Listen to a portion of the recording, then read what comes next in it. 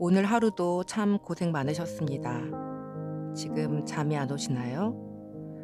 그냥 제 목소리에 기대어 몸과 마음을 조금씩 내려놓아 보세요. 천천히 숨 들이마시고 고요히 내쉬면서 긴장이 하나둘 풀려가는 걸 느낄 거예요. 창밖으로는 고요한 밤하늘이 흐르고 그 속에서 당신은 편안하게 보호받고 있어요. 그리고 바로 지금부터 조금 엉뚱하고 조금은 과장된 허풍 같은 이야기를 들려드릴게요. 남작이라고 불리운 한 사내가 있었죠. 현실 같으면서도 믿기 힘든 모험을 이어가는 그런 사람들의 이야기를 당신은 그냥 편히 듣기만 하셔도 됩니다. 다 듣지 않으셔도 괜찮아요. 언제든 눈이 감기면 그대로 꿈속에서 남작의 모험을 이어가도 좋습니다. 허풍선 남작의 모험 리얼 코리아 에디션 지금부터 시작합니다. 프롤로그 인증 배지 없는 남작. 자네 의자 등받이에 기대지 말게. 오늘 밤은 길다네. 서울이란 도시가 어떤 곳인지 아나? 줄을 서면 정직해지는 척하고 인증을 통과하면 사람이 되는 척하는 곳. 그래서 다들 앱을 켜고 비밀번호를 3번 틀리고 결국 얼굴을 들이대지. 그때야 비로소 당신은 당신이 맞습니다 하고 핸드폰이 선언하지. 우습지 않나? 본인이 본인인 걸 남의 서버가 승인해줘야 되는 시대라니. 나는 그 의식에서 탈주했다네. 정확히 말하자면 얼굴 인식에 5번 실패하던 날이었어. 조명 탓도 내 탓도 아닌 것 같았지. 그 순간 속이 번쩍했다네. 세상이 나를 인증하지 않으니 내가 나를 인증하겠다. 그날로 나는 스스로 자귀를 발생했어. 남작. 왜 남작이냐고? 공작은 과하고 백작은 허세가 부족해. 남작이 딱 서울 중산층의 허세 적정선이거든. 편의점 영수증 뒷면에 허풍선이 남작 스티커를 인쇄해 명함에 붙였지. 그때부터 나의 자기는 국가 표준시보다 정확해졌다네. 내 마음이 시각을 정하고 내 입이 진실의 속도를 정했으니까. 자네 눈빛을 보니 벌써 의심이 가득하군. 좋아. 내 이야기는 3가지로 이루어진다네. 잘 기억해. 첫째, 아직 뉴스에 나오지 않았을 뿐 곧 사실이 될 이야기. 둘째, 너무 빨리 지나가서 카메라에 잡히지 않은 이야기. 셋째, 사실일 필요가 전혀 없는 이야기. 이 3가지 비율로 따지면 각각 30%, 40%, 50%지. 합이 120%냐고? 그게 바로 남작의 이자야. 서울은 원래 과잉으로 돌아가거든. 인구도 과잉, 야근도 과잉, 눈치도 과잉. 그러니 진실도 과잉이어야지 균형이 맞겠지? 자리가 좁다면 미안하네. 을지로 골목에선 누구나 어깨가 부딪히게 돼 있어. 이 도시에서 사람과 사람의 거리는 늘 45cm로 설계되어 있지. 호감이든 불만이든 그 사이를 통과해야만 거래가 성사되니까 나는 오늘 그 45cm를 뻥 뚫고 자네 귀 안쪽까지 들어갈 작정이네. 귀에 비밀번호가 있나? 없지? 훌륭해. 먼저 내가 왜 허풍을 택했는지부터 말해두지. 허풍은 거짓말과 다르다네. 거짓말은 남을 속여 이득을 취하려는 심술이고 허풍은 모두가 아는 불가능을 잠깐 가능처럼 붙잡아보는 장난이야. 누군가는 그 장난을 희망이라고 부르더군. 또 누군가는 헛된 소리라 했지. 같은 걸 두고 이름이 갈리는 이유는 간단해. 누구는 웃고 누구는 못 웃어서야. 웃는 쪽이 남작 진영, 못 웃는 쪽이 현실 진영. 나는 늘 중간에 웃음새를 걷어 굳고에 납부하지. 농담 같지? 세상은 늘 농담으로만 굴러가진 않네. 가끔은 농담이 현실을, 현실이 농담을 구제하지.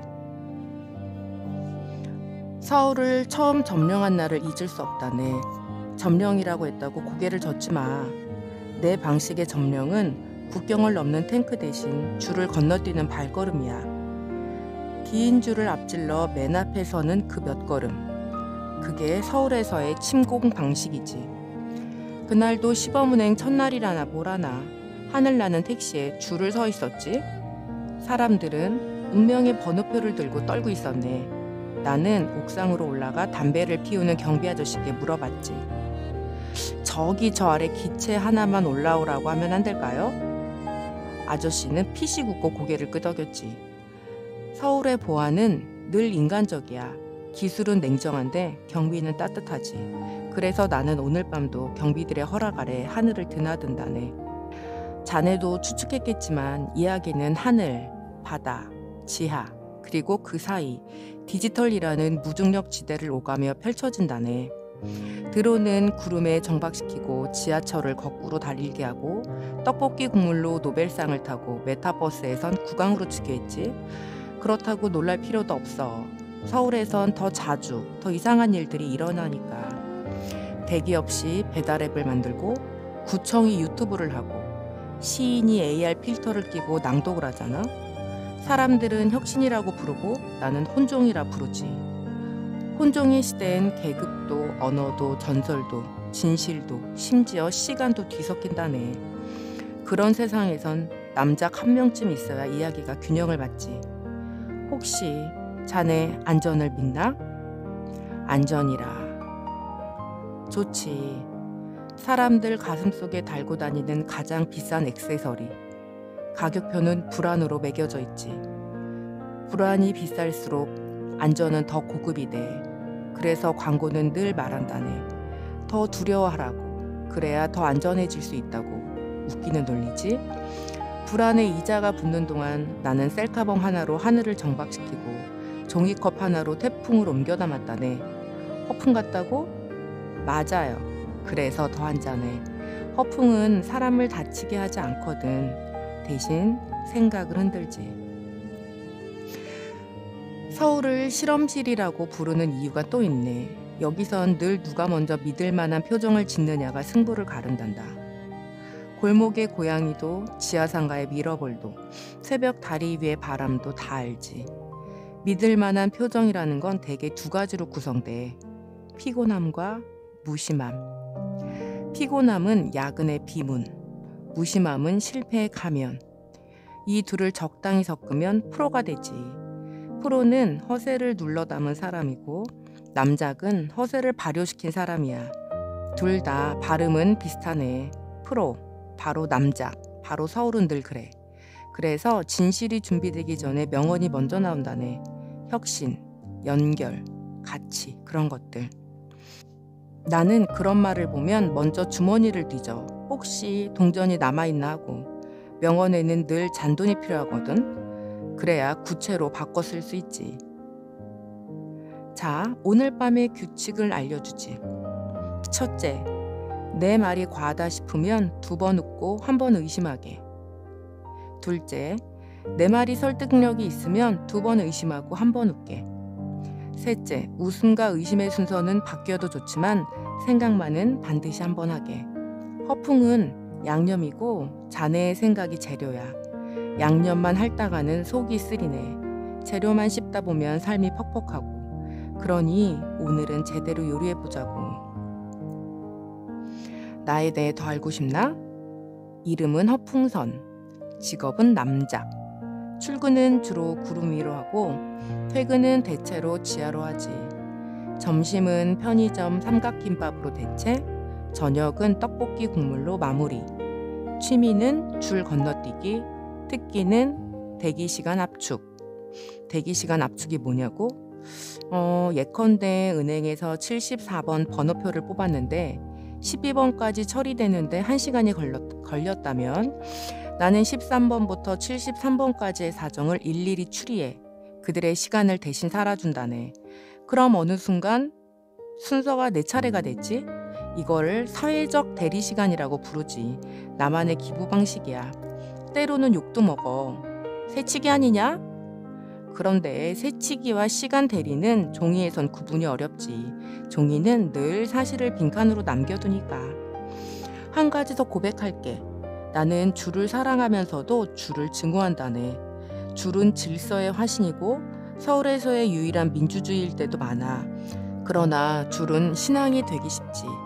줄 끝에 도착하면 구원이라도 있을 듯 믿게 만들지. 그 믿음 때문에 우리는 오늘도 지하에서, 하늘에서, 화면 속에서 줄을 서잖아. 그래서 남자가 필요한 거야. 줄이 너무 진지해질 때 누군가는 잠깐만, 줄의 존재 이유부터 다시 물어보자 고 외쳐야 하거든. 그게 내 역할이네. 나는 이야기를 듣고와 줄의 존재를 잠깐 흔들어. 줄이 무너지진 않아. 다만 조금 웃고 조금 덜 믿게 되지. 그러면 줄은 줄다워지고 사람은 사람다워져. 이야기의 무대는 넓고 우리 시간은 가벼워. 하지만 걱정 말게. 나는 무거운 걸 들어올리는데 일가견이 있어. 특히 말로. 말은 세상에 가장 가벼운 지렛대거든. 제대로 걸면 태풍도 살짝 비켜난다네. 실제로 한번 그런 적도 있어. 태풍이 서울로 쏟아져 들어오던 날 나는 우산을 옆으로 세워 여기쯤이 좋겠어 하고 한마디 했지. 태풍이 잠깐 머뭇거리더군. 과학이냐고 묻지 말게. 서울에선 때론 말이 과학을 이긴다고. 대신 책임은 늘 개인이 지지. 이제 본론으로 들어갈 시간이군. 머릿말은 충분했어. 자네는 오늘 남작의 허풍과 자네의 현실이 뒤엉키는 소리를 듣게 될 걸세. 어떤 장면은 구름보다 가볍고 어떤 장면은 콘크리트보다 무겁지. 가벼움이 무거움을 떠받치고 무거움이 가벼움을 증명할 때 이야기는 비로소 균형을 찾는다네.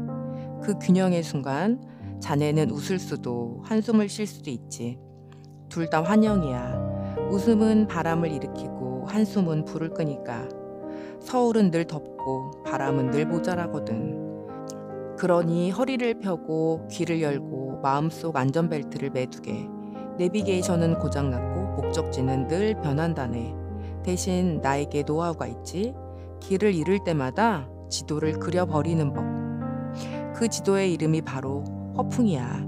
허풍은 거짓의 지도가 아니라 아직 생기지 않은 길의 예고편일 뿐. 그 길 위에 자네와 내가 잠깐 서 있어 보자고.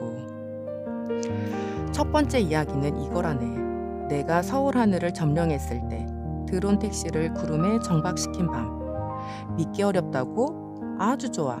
서울에선 믿기 어려운 일이 대체로 먼저 일어나고 믿기 쉬운 일은 대체로 나중에 기사로 나오거든. 이제 시작하자고. 1장. 드론 택시를 구름에 세운 사건. 자네 서울 하늘을 타본 적 있나? 아, 비행기 말고. 인천공항행 비행기는 너무 국제적이고 놀이공원 열기구는 너무 유치하지. 내가 말하는 건 드론 택시야. 거대한 드론에 의자 몇 개 얹어놓고 도심항공교통이라는 멋진 이름을 붙였지. 사실상 하늘을 나는 오토바이일 뿐인데 사람들은 줄을 길게 섰다네. 왜? 한국인들은 줄을 보는 순간 그 끝에 보물이 있다고 믿으니까. 그날 나는 줄 따위 서지 않았다네. 줄은 현실을 기다리는 사람의 상징이지. 허풍선 남작은 기다림이란 걸 모른다네. 기다림은 현실이 하고 나는 이야기를 하지. 그래서 어떻게 했냐고? 옥상으로 올라가 담배 피우는 경비 아저씨께 한마디 했지. 아저씨, 밑에 줄은 사람들이고 위에 하늘은 제 겁니다. 하늘이 제 땅이니 드론 한 대만 불러다 주시죠. 아저씨는 피식 웃더니 진짜로 호출 버튼을 눌러주더군. 그게 서울이야. 보안은 기술이 아니라 정으로 뚫린다네. 드론은 웅웅거리며 뜨더니 내 앞에 멈춰섰어. 안내 음성이 흘러나왔지. 승객 여러분, 안전벨트를 매어주십시오. 나는 몸을 숙여 벨트를 매려 했네. 그런데 문제는 내 허풍 때문이지. 허풍은 보통 사람의 2배, 가끔은 3배 크기로 부풀어 있거든. 안전벨트가 내 몸을 도저히 감쌀 수가 없었다네. 그래서 나는 상상력으로 벨트를 맸지. 황금으로 된 검열도 안 되는 상상력 벨트 말이야. 사람들은 그걸 허세라 부르지만 나는 자율안전장치라고 부른다네. 한강 위로 떠오르자 바람이 강남역 미용실 드라이기처럼 쏟아졌어. 승객들은 비명을 질렀지. 추락하는 거 아니야? 보험은 들었나? 나는 느긋하게 셀카봉을 꺼냈네. 요즘 사람들은 셀카봉을 셀카만 찍는 도구라 생각하겠지만 나는 구름 견인봉으로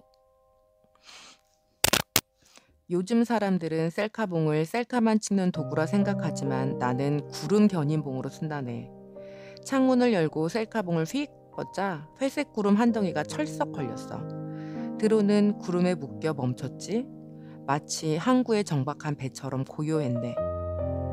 승객들이 나를 쳐다봤어. 이분 혹시 정비사세요? 나는 태연하게 대답했네.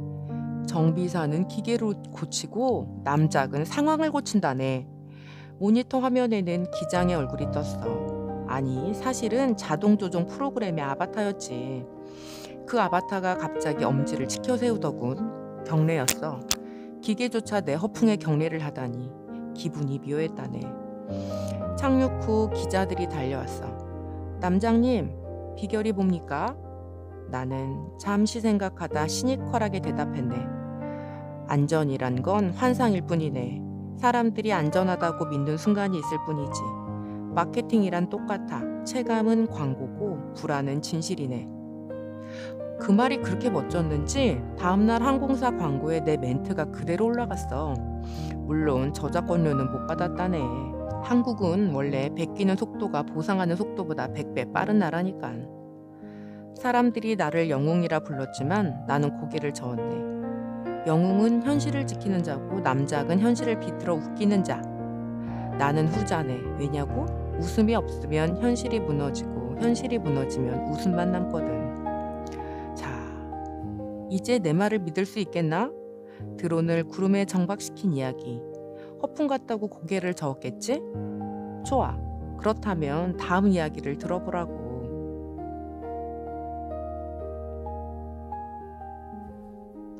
2장.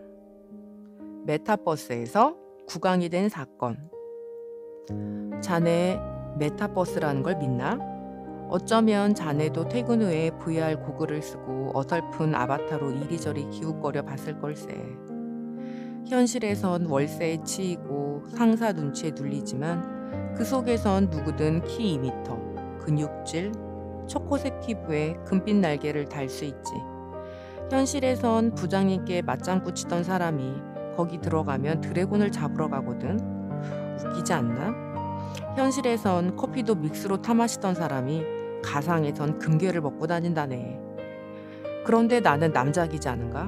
남작은 어디서든 왕이 될 준비가 되어 있다네. 그래서 메타버스에 발을 들이자마자 나는 국왕으로 즉위했지. 즉위식은 실로 화려했어. 다른 사람들은 아바타를 고를 때 머리 색깔이니 날개니 이런 걸 조정하느라 시간을 보냈지. 하지만 나는 로그인 버튼을 누르자마자 왕좌가 자동으로 내 뒤에 생겼다네.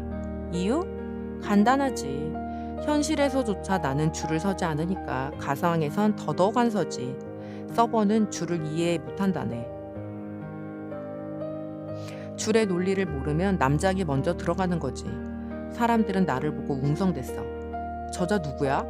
튜토리얼도 안 했는데 왕좌에 앉아있어. 나는 미소 지으면서 외쳤지. 나는 허풍선이 남작, 오늘부터 국왕이라네. 그리고 그 자리에서 법을 하나 만들었네. 웃으면 세금을 내라. 자네, 그게 무슨 말 같지? 그러나 메타버스 세계에선 웃음이 곧 데이터지. 하하호호 키읔키읔 히읗히읗. 이 모든 건 다 서버에 기록된다네. 나는 그걸 자동으로 세금으로 환산하는 알고리즘을 만들었지. 사람들이 나를 비웃을수록 내 국고가 불어나더군. 어떤 이들은 항의했네. 이건 독재다. 나는 태연히 대답했지. 웃음이 없는 세상이 독재 아닌가? 나는 웃음을 강요하지 않는다네. 다만 웃으면 세금을 매길 뿐이지. 그 결과 가상세계는 대혼란에 빠졌지. 웃음을 참느라 사람들이 얼굴 근육을 부들부들 떨었어. 어떤 자는 아예 웃음 대신 이모티콘으로 버텼어. 하지만 이모티콘도 결국 웃음의 변형이었지. 그래서 세금을 계속 거쳤다네. 그러다 한 번 서버가 폭발한 적도 있어. 내연설 도중 어떤 유저가 한 번 크게 웃는 바람에 이모티콘이 5,000번 동시에 날아갔지. 그 데이터가 과부하를 일으켜 그날 메타버스 전체가 다운됐다네. 기사에는 이렇게 떴어. 메타버스 붕괴. 원인은 웃음 폭군 허풍선이. 현실 언론도 달려들었네. 남장님, 메타버스에서 왕이 되신 기분이 어떻습니까? 나는 마이크를 잡고 담담히 말했지. 현실에서 못 웃으니 가상에서라도 웃고 싶은 게 인간 아닌가? 그 웃음에 세금을 매겼다고 해서 폭군이라고 부르나? 나는 단지 웃음을 진지하게 대접했을 뿐이네. 한국 사회는 늘 진지한 걸 세금으로 환산하지 않나? 이 말이 퍼지자 현실 사람들마저 웅성댔네. 남작이 맞는 말 하네. 우리도 웃을 때마다 세금 내는 기분인데 현실이 더 폭군이잖아. 결국 사람들은 메타버스 대신 다시 술집으로 몰려갔지. 현실 술자리는 메타버스보다 안정적이거든. 술은 서버 과부하로 꺼지지 않으니까. 그래서 내 왕국은 허무하게 막을 내렸다네. 서버가 리셋되며 왕자도 사라졌네. 그러나 나는 후회하지 않아. 짧지만 찬란했던 웃음에 세금 매기던 시대가 있었음을 증명했으니까. 자네 웃음을 과소평가하지 말게. 사람들은 웃음을 농담이라 치부하지만 웃음이야말로 세상을 무너뜨릴 수 있는 폭탄이지. 정치가 거창해도 경제가 무겁게 내려앉아도 사람들 한 번 웃으면 다 바뀐다네. 그래서 나는 메타버스 국왕으로서 남긴 유일한 유산을 이렇게 말하지. 웃음은 공짜라지만 사실은 가장 비싼 화폐다. 이게 끝이냐고? 아니지. 내 메타버스 왕국이 무너진 바로 다음 날 나는 또 새로운 세계로 갔다네. 이번에는 지하였어. 서울 지하철 2호선에서 나는 시간을 거꾸로 돌려버렸지.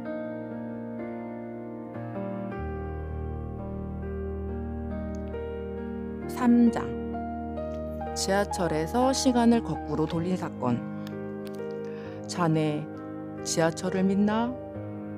나는 지하철이야말로 대한민국의 진짜 종교라고 생각하네.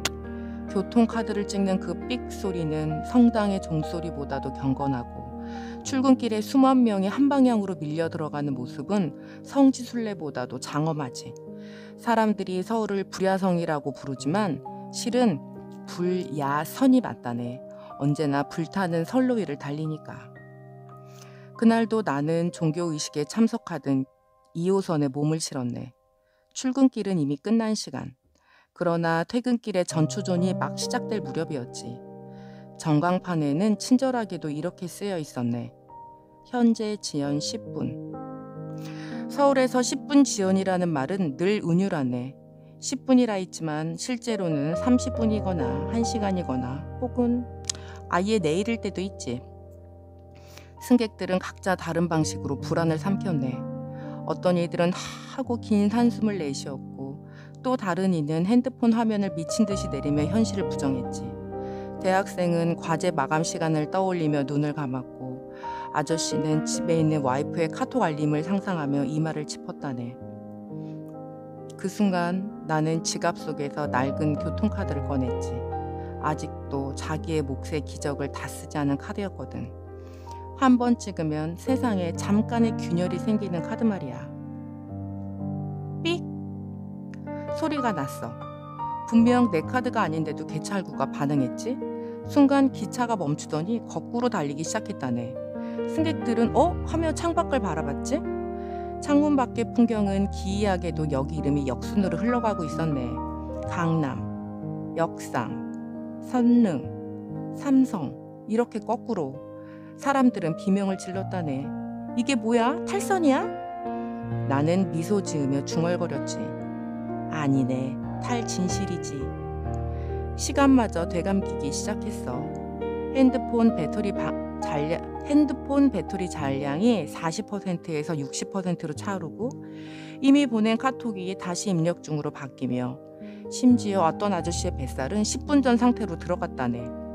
그 아저씨는 크게 눈을 뜨며 외쳤지. 내 뱃살이 줄어들었어. 남장님, 이거 다이어트인가요? 나는 대답했네. 아니네. 다이어트는 시간을 되돌리는 게 아니라 돈을 되돌리는 거지. 그때 어떤 젊은이가 내게 물었네. 남장님, 도대체 왜 시간을 거꾸로 돌리신 겁니까? 나는 시니컬하게 답했지. 서울이란 도시는 미래로 달려갈수록 이해가 안 되네. 그러니 잠깐 과거로 돌아가야 이해가 가능하지. 미래는 늘 과속이고 과거만 천천히 걷거든. 지하철은 여전히 역주행 중. 흥미로운 건 거꾸로 달릴수록 사람들의 얼굴이 조금씩 밝아졌다는 거지. 왜냐고? 마감도 보고서도 잔소리도 다 미래에 있으니까. 시간을 되돌리니 모든 책임이 아직 오지 않은 셈이었네. 내가 보낸 이별 문자도 다시 취소되는 건가요? 울던 여학생이 물었어. 나는 어깨를 으쓱하며 대답했지. 그래, 다만 네가 다시 또 보내겠지. 그 순간 방송이 나왔어. 승객 여러분, 현재 시간 역주행으로 인해 불편을 드려 죄송합니다. 곧 다시 정상 운행하겠습니다. 기차 안은 술렁거렸다네. 사람들은 현실이 돌아올까봐 두려워했지. 현실로 돌아간다는 건 다시 야근과 마감과 카드값이 돌아온다는 뜻이었거든. 그러자 승객들이 일제히 나에게 외쳤네. 남장님, 시간을 멈추게 해주세요. 나는 고개를 저으며 대답했지. 미안하네. 멈추는 건 신의 권한이고 나는 그저 거꾸로 되갚는 데 그친다네. 신은 세상을 창조했고 나는 단지 영수증을 뒤집을 뿐이지. 결국 기차는 제자리로 돌아와 멈췄네. 승객들은 현실로 돌아왔어. 다시 핸드폰 알림이 울리고 카톡은 읽음 표시가 뜨며 아저씨 뱃살은 원래대로 돌아왔다네. 그러나 나는 분명히 보았어. 그 순간 잠깐이라도 사람들은 웃었고 그 웃음은 현실의 지옥보다 더 진짜 같았다네. 기차에서 내리며 기자들이 몰려왔어. 남장님, 방금 시간 역주행은 어떤 의미입니까? 나는 시니컬하게 대답했지. 시간이라는 건 늘 돈으로 측정되네. 하지만 서울 사람들은 시간을 돈보다 더 비싸게 팔지. 내가 시간을 거꾸로 돌린 건 그 가격표를 잠깐 찢어버린 것뿐이라네. 사람들은 내 말에 박수를 보냈어. 그러나 누군가는 투덜댔지. 어차피 내일 출근은 돌아오잖아. 나는 웃으며 답했다네. 그렇지. 하지만 오늘 하루라도 시간은 네 것이었잖아. 그게 바로 허풍선이 남작의 서비스지. 자, 자네. 내 이야기가 허풍 같다고 느끼는가? 좋아. 그렇다면 다음 이야기를 들어보게. 이번엔 지상이야. 학교 앞 분식집에서 떡볶이 국물로 노벨상을 받은 사건 말일세.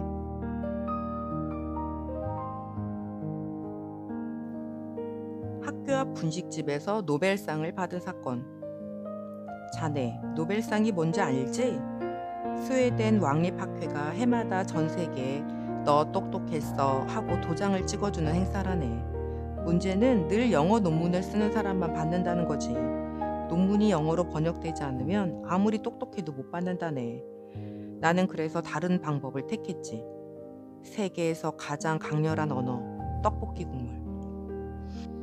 내 이야기는 아주 평범한 학교 앞 분식집에서 시작된다네.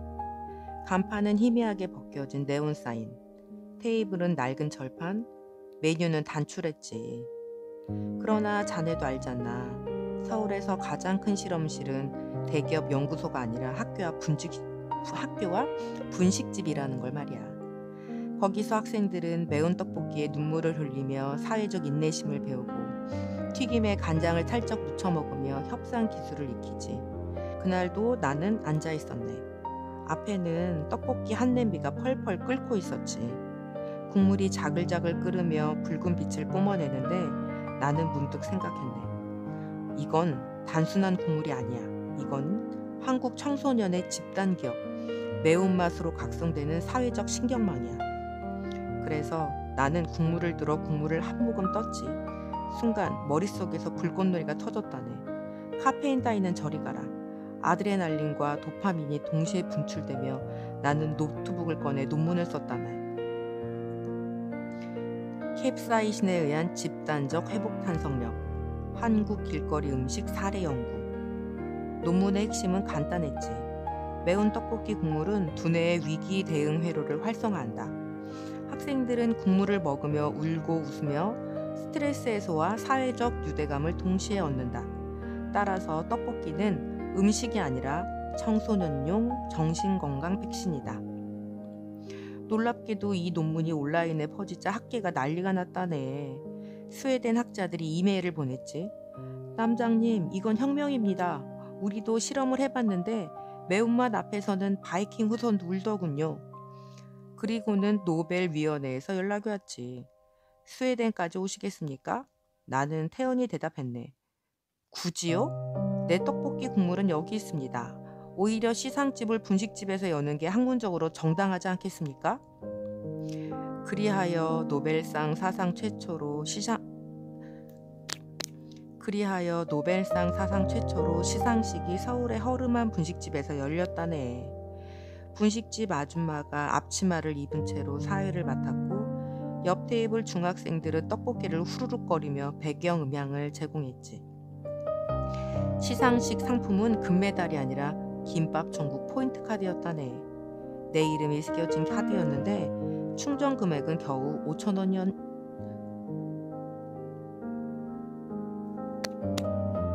내 이름이 새겨진 카드였는데 충전 금액은 겨우 5,000원이었다네. 내 이름이 새겨진 카드였는데 충전 금액은 겨우 5,000원이었다네. 기자들이 몰려와 물었어. 남장님, 노벨상 수상이 소감은? 나는 숟가락을 내려놓으며 시니컬하게 답했지. 인류는 늘 비싼 실험실에서 해답을 찾으려 하지만 실은 해답은 값싼 분식집 냄비에 숨어있네. 과학이 위대해 보이는 건 늘 일상의 발견을 늦게 번역하기 때문이지. 매운맛? 그것은 한국의 비공식 통화라네. 눈물과 땀으로 지불하는 화폐지. 사람들은 폭소를 터뜨렸네. 어떤 학자는 진지하게 내 말을 받아 적었지. 매운맛은 화폐. 이거 신경제약 모델로 쓸 수 있겠는데요. 그러자 아줌마가 한마디 했다네. 그런 소리 말고 국물 다 먹었으면 리필은 1,000원이야. 순간 나는 깨달았어. 분식집 아줌마야말로 진정한 노벨상 수상자였다네. 왜냐고? 아줌마는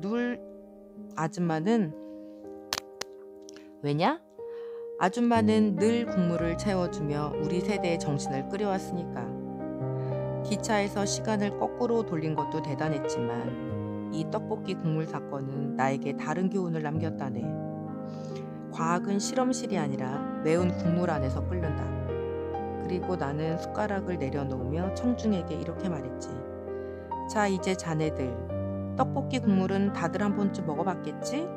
그렇다면 자네들도 이미 반쯤은 노벨상 수상자라네. 그날 밤 나는 포인트 카드 하나를 주머니에 넣고 분식집을 나왔다네. 서울의 겨울바람은 매서웠지만 그 매운맛은 오히려 나를 따뜻하게 감쌌다고. 5장. 군대 훈련장에서 적을 웃겨 항복시킨 사건. 자네, 군대 다녀왔나? 만약 안 갔다면 아마도 누군가에게 수십 번은 들었을 거야. 군대가 인생의 학교다. 군대에서 웃음을 잃으면 끝난다. 그 말 절반은 맞고 절반은 거짓이지. 군대는 학교가 아니라 체육관이고 웃음은 금지품이지만 동시에 가장 강력한 무기라네. 나는 남자기니 당연히 군대도 남다르게 다녀왔다네. 보통 사람들은 총으로 훈련을 받지만 나는 웃음으로 적을 항복시켰지. 겨울이었어. 영하 20도 눈밭 위에서 전투복은 종이처럼 얇았고 군화는 얼음조각 같았지. 소대장은 고함을 질렀다네. 정신 차려라! 적은 결코 웃지 않는다! 그러자 나는 속으로 피식 웃었지. 적이 웃지 않으니까 우리가 힘든 거 아닌가? 그날의 훈련은 적을 가정한 상황에서 진행됐지. 모의 적군이 산 너머에서 나타나면 우리는 엄폐하며 반격을 해야 했어. 다들 총을 들고 준비하는데 나는 총 대신 주머니에서 고무닭을 꺼냈다네. 적군이 와 소리를 지르며 뛰어왔어. 우리 소대원들은 긴장했지. 그 순간 나는 고무닭을 눌렀어. 꽥! 적군이 순간 멈칫했어. 나는 다시 한번 눌렀지. 꽥! 소대원들의 표정이 무너지더니 하나둘 입을 막고 킥킥거렸다네. 적군도 참으려 했지만 결국 웃음이 터져버렸지. 눈밭 위에서 총 대신 배를 잡고 뒹구는 군인들. 그날 전투는 단 30초 만에 끝났네. 적군 지휘관은 손을 들고 항복을 선언했지. 이건 반칙입니다. 웃겨서 싸울 수가 없었습니다. 그 일이 있은 뒤 나는 군사재판에 넘겨졌다네. 허풍선병장, 적을 웃겨 항복시킨 건 규정 위반이다. 군사적 교전은 총기 사용을 원칙으로 한다. 나는 당당하게 대답했지. 그러나 규정에 웃음은 무기 아님이라고는 안 쓰여 있지 않습니까? 재판관들은 잠시 침묵하다가 결국은 웃음을 터뜨렸어. 그 순간 나는 알았어. 군대에서도 결국 웃음이 최종 무기라는 걸. 며칠 뒤 언론이 보도했지. 남작, 웃음으로 적군 항복시켜. 군사 전략 새 장 열어. 인터뷰 기자가 물었어. 남장님, 전략의 핵심은 뭡니까? 나는 대답했지. 적군을 총으로 쓰러뜨리면 원한이 남지만 웃음으로 쓰러뜨리면 민망함만 남네. 민망함은 복수심보다 훨씬 무력하지. 그 사건 이후 국방부는 내게 새로운 임무를 맡겼어. 심리전 전문 강사. 나는 부대마다 돌아다니며 병사들에게 가르쳤다네. 험난한 훈련 중에도 한 번씩 웃겨야 한다. 적을 압도하는 방법은 체력보다 표정이다. 전투의 80%는 긴장이고 웃음은 긴장을 녹이는 무기다. 훈련장에서 병사들이 꽥 하고 고무닥을 눌러대는 바람에 전투 효율이 반토막 났지만 대신 사기는 2배로 올랐다네. 군대는 늘 진지해야 한다고 가르치지만 진지함은 오래 가지 못해. 추위, 굶주림, 두려움 앞에선 진지함이 제일 먼저 무너지거든. 그때 필요한 건 웃음이야. 웃음은 배도 채우고 총알도 맞고 심지어 적을 항복시킨다네. 나는 청중들에게 이렇게 결론을 말했지. 웃음은 군대에서 유일하게 합법적인 타령이다. 그 말을 남기고 나는 고무닥을 다시 주머니에 넣었어. 자네 아직 내 허풍을 의심하나? 좋아. 그렇다면 다음 이야기를 들어보게.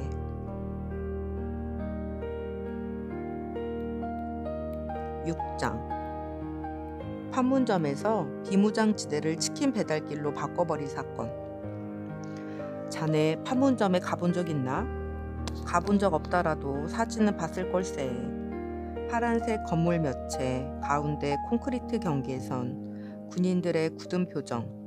마치 세상이 멈춘 듯한 공간이지. 그곳은 웃음을 금지한 가장 큰 무대. 한 번의 실수나 농담도 허용되지 않는 무대라네. 그런데 바로 그 무대에 내가 초대받았다네. 공식적으로는 평화포럼 자문위원 자격이었지만 사실은 치킨 배달부였지. 어느 날 배달앱 알람이 울렸어.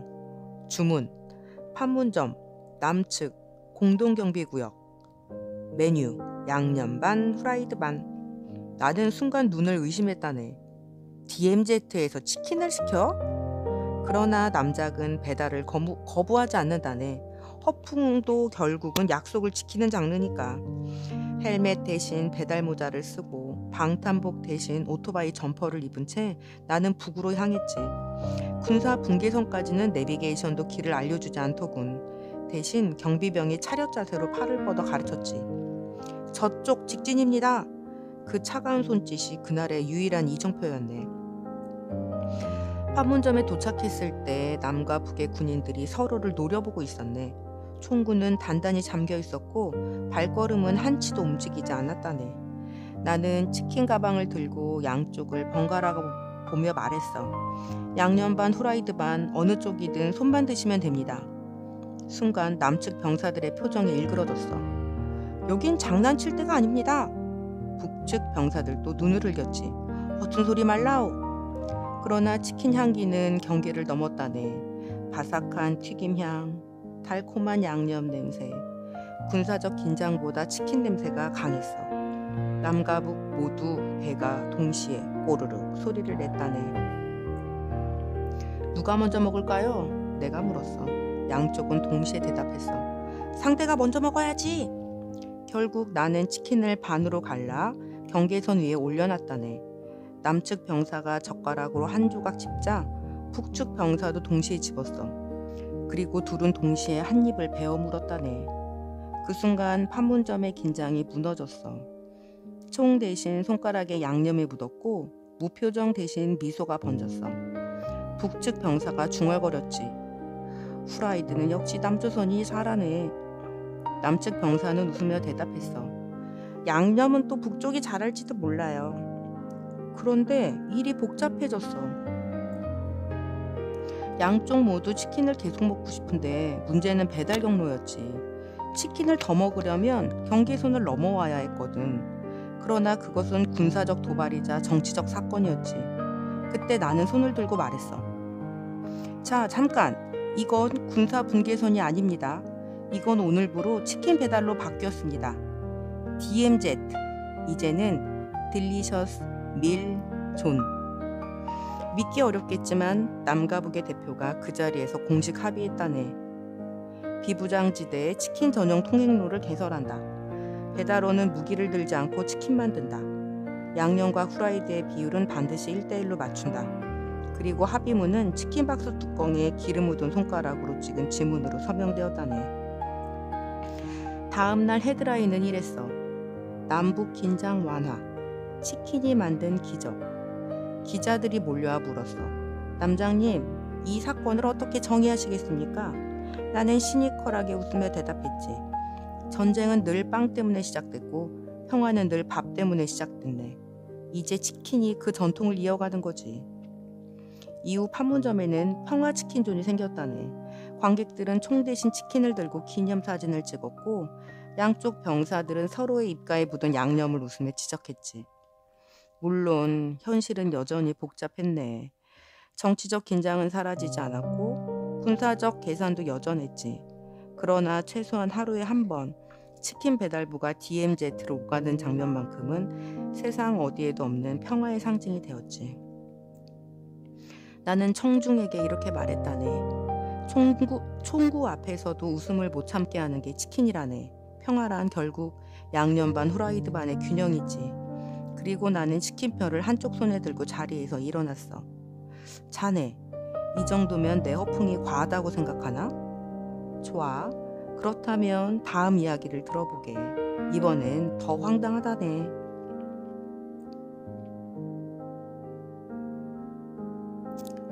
7장. 수능날 전국 시계를 5분 늦춘 사건. 자네, 한국에서 가장 무서운 날이 언제인지 아나? 그건 전쟁도 태풍도 아닌 바로 수능날이라네. 그날 아침만 되면 서울은 도시가 아니라 거대한 시험장으로 변하지. 비행기도 이착륙을 멈추고 공사장은 드릴 대신 숨을 죽이지. 온 나라가 쉿 하고 손가락을 입에 댄다네. 나는 그 광경을 보며 늘 생각했지. 한 나라가 하루를 통째로 시험에 바치는 곳. 그것이야말로 세계가 연구해야 할 집단 체면 아닌가? 그래서 나는 그 집단 체면을 살짝 뒤틀어 보기로 했다네. 수능 전날 밤 나는 서울시청 광장에서 시계를 올려다봤네. 밤 11시 59분 59초. 그 순간 나는 가방에서 낡은 회중시계를 하나 꺼내들었지. 그건 단순한 시계가 아니었다네. 남작식 표준시 조절기. 내가 만든 이 시계는 주변 모든 시계를 동기화시키는 마법 같은 물건이지. 바늘을 살짝 뒤로 밀자 광장 시계탑이 따라 움직였어. 그리고 그 진동이 네트워크를 타고 전국으로 퍼져나갔어. 핸드폰, 교통카드 단말기, 심지어 편의점 전자레인지까지 동시에 5분이 느려졌다네. 다음날 수험생들은 평소처럼 교문으로 뛰어들어왔어. 원래라면 지각했을 아이들이 여유롭게 입실했고 원래라면 경찰차에 실려 달려왔을 학생들이 천천히 걸어갔다네. 나 분명 늦은 것 같은데 왜 다들 아직 대기지? 학생들은 놀라며 서로를 바라봤지. 선생님들은 시계를 확인했지만 모두 똑같이 들여 있었네. 이상하네. 다들 시계가 늦나? 결국 아무도 이상을 눈치채지 못했지. 문제는 뉴스였네. TV 생방송 카메라가 시계탑을 비췄을 때 자막에 떡하니 나왔어. 현재 오전 8시 45분. 실제로는 8시 50분이었다네. 앵커는 당황했지만 방송은 멈추지 않았어. 결국 온 국민이 5분의 착시 속에서 수능을 맞이한 거지. 시험이 시작되자 아이들은 한결 편안했네. 원래라면 교실 안의 공기는 바늘 하나 떨어져도 들릴 만큼 팽팽했지만 그날은 유독 여유로웠다네. 5분의 시간 덕분이었지. 한 학생은 속삭였어. 이 5분 덕분에 마킹 2개 더 했어. 또 다른 학생은 말했어. 나도 문제 2개는 더 풀었어. 그 순간 나는 깨달았어. 5분이란 서울에서 집 한 채 값보다 비쌀 수 있다는 걸. 그러나 비밀은 오래가지 않았지. 어느 수험생이 시험지 여백에 이렇게 적었어. 남장님 고맙습니다. 5분 선물 덕에 살았어요. 그 종이가 채점 과정에서 발견되었고 교육부 장관까지 보고가 올라갔다네. 며칠 뒤 정부는 브리핑을 열었지. 올해 수능 시간 측정에 일시적 오류가 있었습니다. 그러나 모든 수험생에게 동일하게 적용되었으므로 공정성에는 문제가 없습니다. 사람들은 웅성였어. 이게 무슨 뜻이야? 결국 남작이 전국을 속였다는 거지. 기자들이 나를 찾아왔어. 남장님, 왜 그런 일을 벌이셨습니까? 나는 시니컬하게 대답했지. 공정이라는 말은 늘 웃기지 않나? 5분 더 준 게 불공정이라면 부모 재력 차이는 공정한가? 나는 단지 5분이라는 희망을 빌려준 것뿐일세. 그날 이후 학생들 사이에 전설이 생겼다네. 수능에는 남작이 있다. 절망적인 순간에도 누군가 5분을 선물한다. 학원가는 곧 남작 프리미엄 특강을 내놓았다지. 5분 더 푸는 비법. 실제로는 그냥 문제풀이 속도 훈련이었지만 나는 청중에게 이렇게 말했지. 시간이란 건 신이 주는 게 아니라 우리가 서로 빌려주는 거라네. 5분이건 50년이건 결국은 나눠 가진 만큼 삶이 여유로워지지. 그리고 나는 회중시계를 닫으며 미소 지었어. 다음엔 시계를 멈출까? 아니면 아예 하루를 늘릴까? 자네, 내 허풍이 과하다고? 좋아. 그렇다면 다음 이야기를 들어보게. 8장. 태풍을 바람막이 우산으로 막아낸 사건. 자네 태풍을 직접 맞아본 적이 있나? 뉴스에서는 늘 역대급 태풍이라고 떠들어대지만 정작 지나가고 나면 대개 편의점 삼각김밥 비닐 정도로만 흩날리고 끝나지. 하지만 어느 여름 진짜 역대급 태풍이 한반도로 향하고 있었네. 이름은 볼케이노였다지. 기상청은 초강력 슈퍼 괴물이라는 수식어를 모조리 붙여댔고 아나운서들은 눈을 크게 뜨며 말했다네. 이번 태풍은 사상 유례 없는 규모로 여러분들은 외출을 삼가하시고 창문을 단단히 잠그셔야 합니다. 온 나라가 벌벌 떨고 있었지만 나는 느긋하게 우산 가게를 들렀다네. 사장님, 제일 허술한 우산 하나 주세요. 사장은 눈을 동그랗게 뜨며 물었지. 이런 날씨에 제일 허술한 걸 왜 쓰시려고요? 나는 대답했네. 태풍이란 건 강한 걸 부러뜨리지만 허술한 건 그냥 비껴가거든요. 드디어 태풍이 서울로 올라왔어. 건물 사이를 휘몰아치며 신호등을 껐고 간판을 뜯어내고 빌딩 유리창을 흔들었지. 재난 문자 알림이 동시에 울려댔네. 강풍에 외출 자제 바랍니다. 그때 나는 우산을 펴들고 광장 한가운데 섰다네. 사람들이 창문 틈으로 고개를 내밀며 소리쳤지. 저 미친 사람 누구야? 나는 태연하게 외쳤지. 허풍선 남작, 오늘은 기상청 보조인력으로 나왔네. 바람이 몰아치며 우산이 뒤집혔어. 사람들은 아, 끝났다라고 했지. 하지만 나는 우산이 뒤집힌 바로 그 순간 태풍의 방향이 살짝 바뀌는 걸 봤다네. 강한 바람은 강한 벽을 부수지만 허술한 우산은 오히려 바람의 흐름을 따라가 버리거든. 나는 우산을 이리저리 돌리며 바람을 유도했지. 왼쪽으로 돌리면 바람이 남쪽으로 흘렀고 오른쪽으로 돌리면 바람이 동쪽으로 비틀렸네. 마치 바람과 춤을 추듯 나는 우산을 휘둘렀어. 곧 카메라가 몰려왔어. 방송기자는 비를 맞으며 소리쳤지. 여러분, 지금 현장에선 정체불명의 남성이 우산 하나로 태풍의 경로를 바꾸고 있습니다. 기상청은 아직 공식 입장을 내지 않았습니다. 나는 방송 카메라를 향해 미소 지었어. 태풍은 대화가 필요합니다. 소리를 지르면 더 크게 소리치지만 조금 웃겨주면 힘이 빠지거든. 믿기 힘들겠지만 그 순간 나는 태풍의 속삭임을 들었다네. 풍선, 그 우산 내게 장난감일 뿐인데 왜 힘이 빠지지? 나는 대답했어. 너도 사실은 힘을 다 쓰고 싶지 않잖아. 사람들이 겁에 질려 울부짖을 때 네가 존재감을 확인하는 거지. 하지만 웃음 앞에서는 존재감이 무너지지. 태풍은 잠시 머뭇거리더니 힘을 조금 누그러뜨렸어. 비가 줄어들고 바람도 한결 약해졌지. 광장에 모여든 사람들이 환호성을 질렀어. 남장님, 태풍이 몰려가고 있어요. 나는 시니컬하게 웃으며 대답했지. 물러가는 게 아니라 잠깐 산책 나온 것일 뿐이네. 태풍도 결국 외로워서 오는 손님이거든. 사람들은 폭소를 터뜨렸어. 그 순간 태풍의 잔해가 마치 눈송이처럼 흩날리며 사라졌다네. 다음날 기상청은 당황했어. 예상보다 태풍이 빨리 약해진 것은 기압차 때문이며 남작의 우산과는 무관합니다. 그러나 국민들은 다르게 생각했지. 남작이 우산으로 막았다더라. 아니야, 태풍이 남작이랑 대화했다던데? 설은 꼬리에 꼬리를 물었어. 그 후로 우산 가게는 손님이 몰려들었어. 사람들은 말했지. 남장님이 쓴 것과 똑같이 허술한 우산 주세요. 결국 허술한 우산이 프리미엄 상품이 되었네. 광고 문구는 이랬어. 강풍에도 꺾이지 않은 비밀, 허술함. 나는 청중에게 이렇게 말했다네. 강한 것은 무너지고 허술한 것은 남는다. 태풍이든 인생이든 결국 허술한 자가 오래 버틴다네. 그리고 나는 우산을 접어 어깨에 걸쳤어. 다음번엔 비가 아니라 불을 꺼볼까? 제주 용암위에서 커피 끓인 사건 혹시 들어봤어?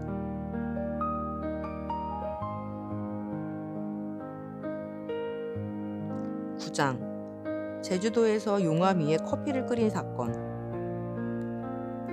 자네 커피 좋아하나? 서울 사람들은 커피를 종교처럼 마시지. 출근길 아메리카노, 점심 뒤 라떼, 회의 중 드립 커피, 심지어 퇴근길에도 카페인을 들이키며 오늘 하루는 이제 시작이야 라고 주문을 외우지. 그런데 한국 커피 문화에는 늘 결핍이 있었네. 수백만 원짜리 머신, 수입 원두, 바리스타 자격증까지 다 있지만 진짜 불이 없었다는 거지. 모두 전기, 스팀 버튼, 전기요금이 커피 맛을 좌지우지하는 세상이라니 그 얼마나 우스운 일인가. 나는 그래서 제주로 내려갔다네.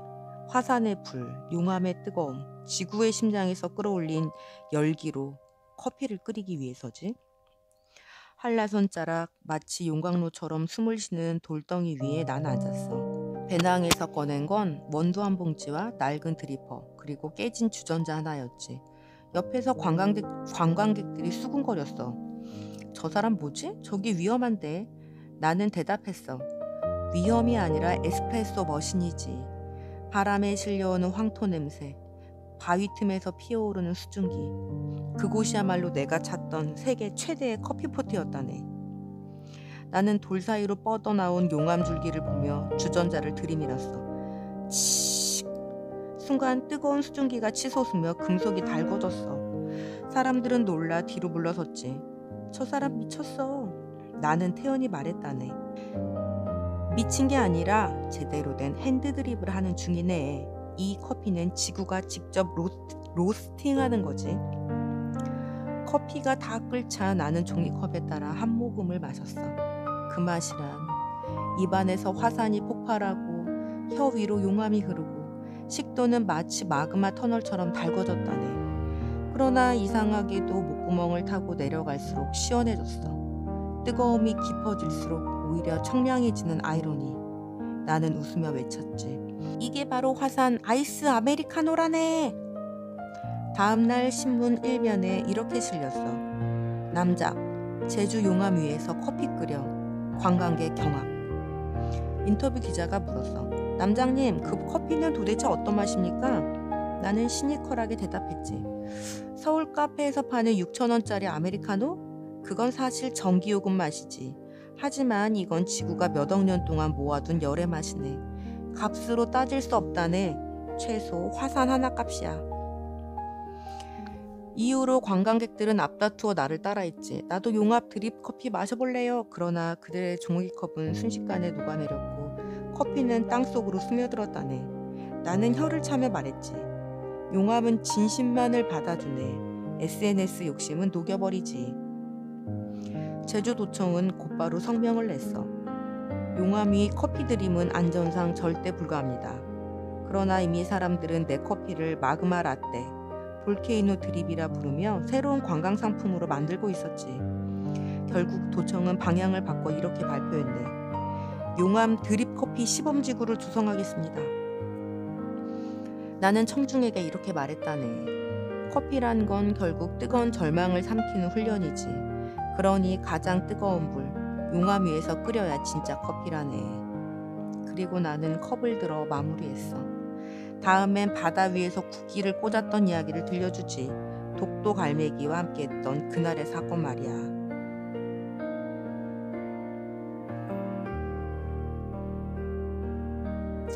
10장 독도 위에서 갈매기들과 국기를 꽂은 사건. 자네 독도에 가본 적이 있나? 대부분은 못 가봤을 걸세. 뉴스에서는 늘 우리 땅이라 외치지만 정작 발을 뒤져본 사람은 드물지.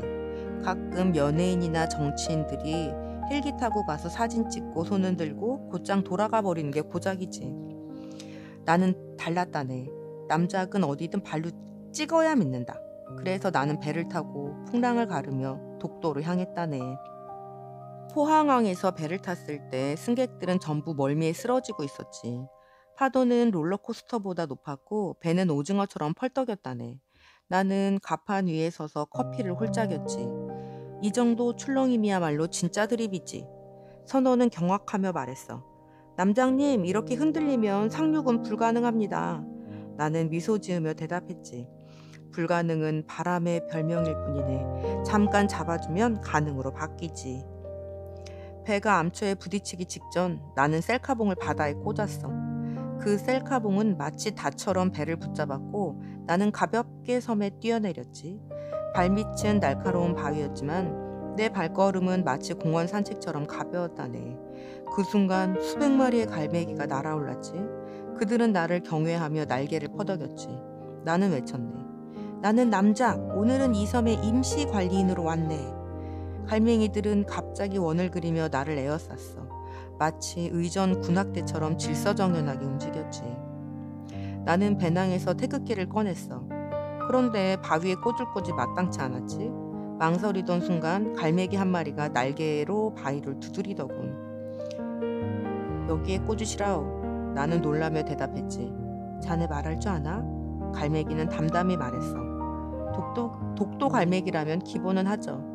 그 자리에 태극기를 꽂자 바람이 불어와 펄럭였어. 그리고 갈매기들은 깃발 주위에 원을 그리며 춤을 췄다네. 소식은 순식간에 전 세계로 퍼졌어. 남자, 독도에서 갈매기와 함께 국기 개양. 어느 외신 기자가 물었어. 남장님, 이건 국제 분쟁을 일으킬 수도 있습니다. 나는 시니컬하게 대답했지. 영토는 인간이 싸우는 문제지만 갈매기는 웃으며 받아들이네. 이 섬이 누구 땅인지는 갈매기에게 물어보게. 그들은 이렇게 대답할 걸세. 우리 둥지 땅이라고. 그 사건 이후 독도 관광 상품이 새로 생겼어. 남작 따라 걷는 갈매기 국기 투어. 관광객들은 셀카봉을 들고 바위에 올라 태극기를 흔들었지. 그러나 그들 깃발은 금세 바람에 부러졌어. 나는 혀를 차며 말했다네. 국기는 단순히 꽂는 게 아니라 웃음을 꽂아야 오래 선다네. 나는 청중에게 이렇게 말했다네. 독도는 역사책의 땅이 아니라 웃음의 땅이라네. 정치가가 울부짖어도 갈매기는 노래하고 갈매기가 노래하는 곳은 결국 우리 모두의 땅이지. 그리고 나는 태극기 옆에 앉아 바다를 바라봤어.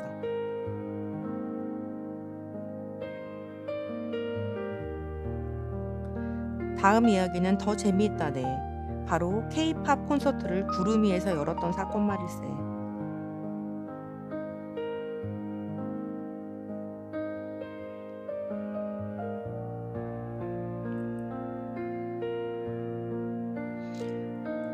(11장) K-팝 콘서트를 구름 위에서 열었던 사건. 자네 K-팝 공연에 가본 적이 있나?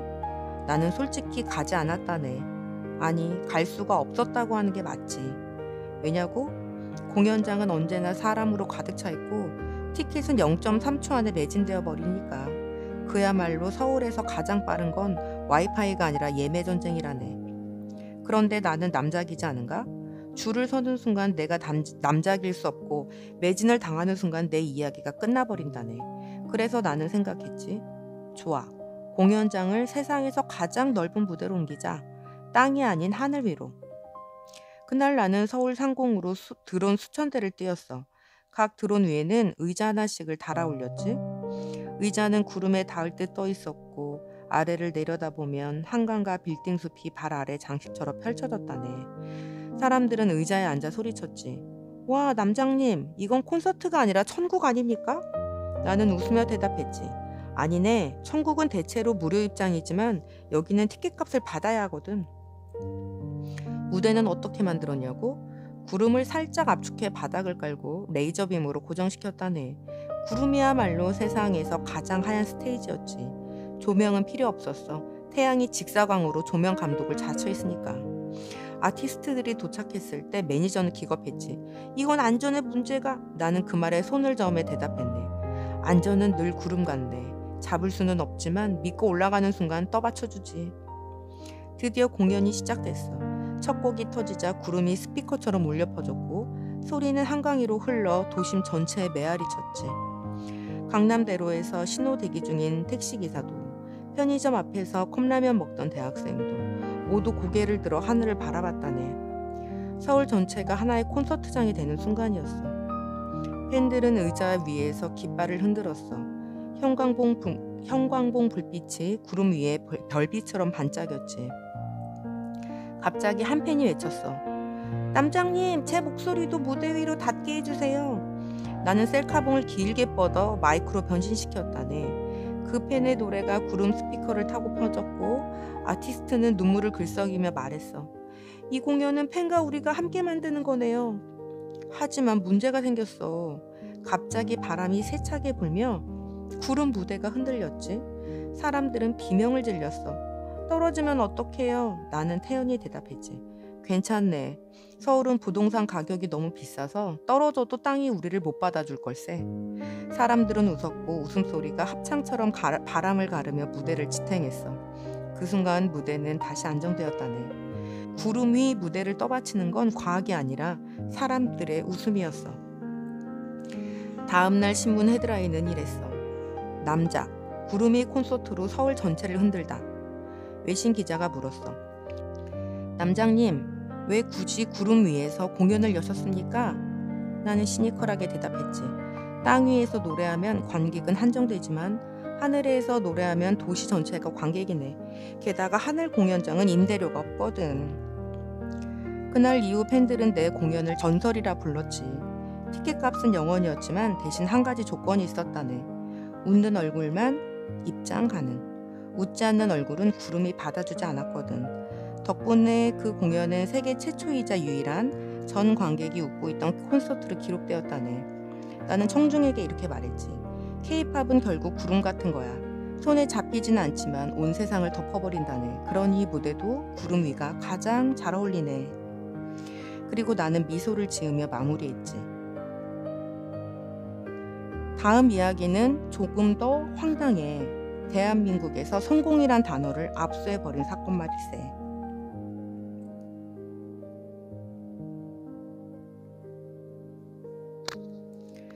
12장. 성공이라는 단어를 압수해버린 사건. 자네, 한국 사람들이 제일 좋아하는 단어가 뭔지 아나? 바로 성공이라네. 책 제목도 늘 성공하는 사람들의 7가지 습관이고 강연장은 성공하는 법으로 포스터를 붙여대지.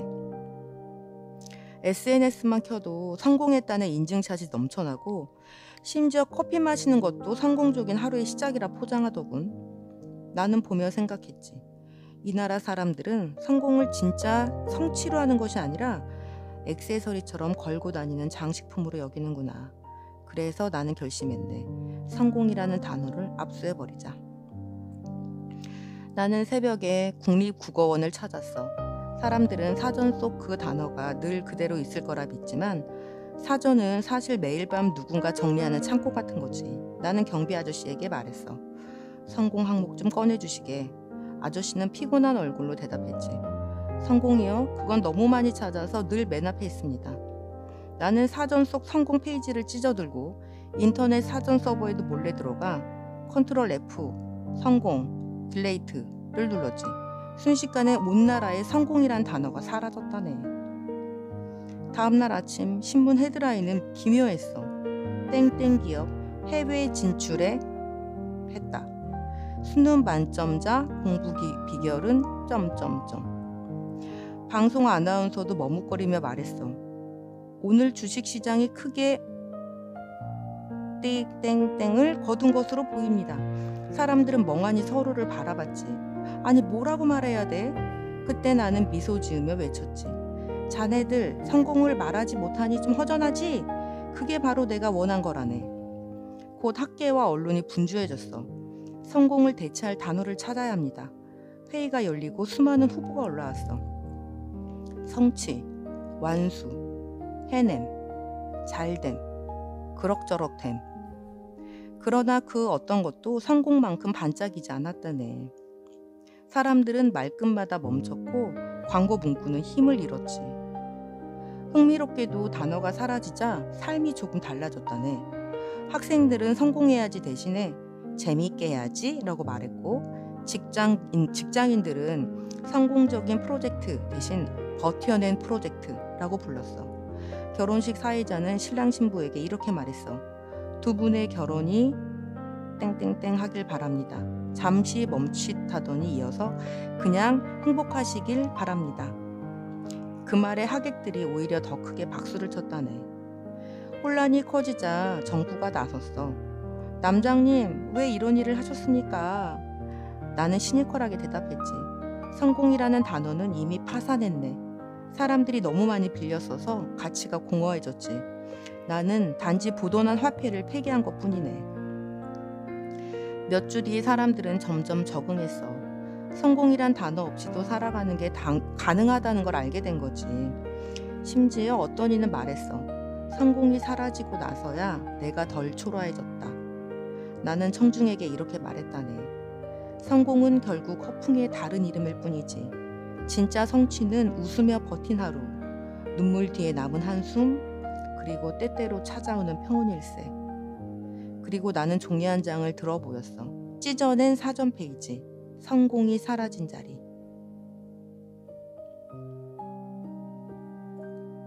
자, 다음 이야기는 훨씬 더 황당하네. 대한민국에서 가장 오래 줄 서 있던 날의 사건이야.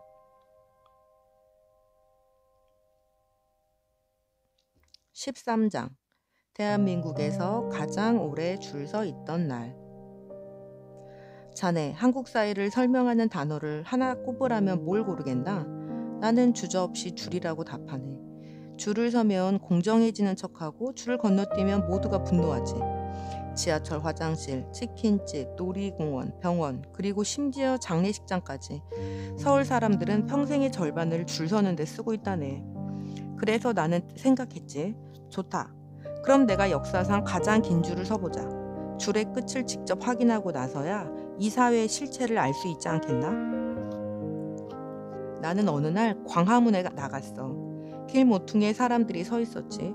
이 줄이 뭐예요? 하고 물으니 다들 고개를 갸웃했어. 글쎄요, 그냥 줄이 있어서 서요. 놀랍지 않은가?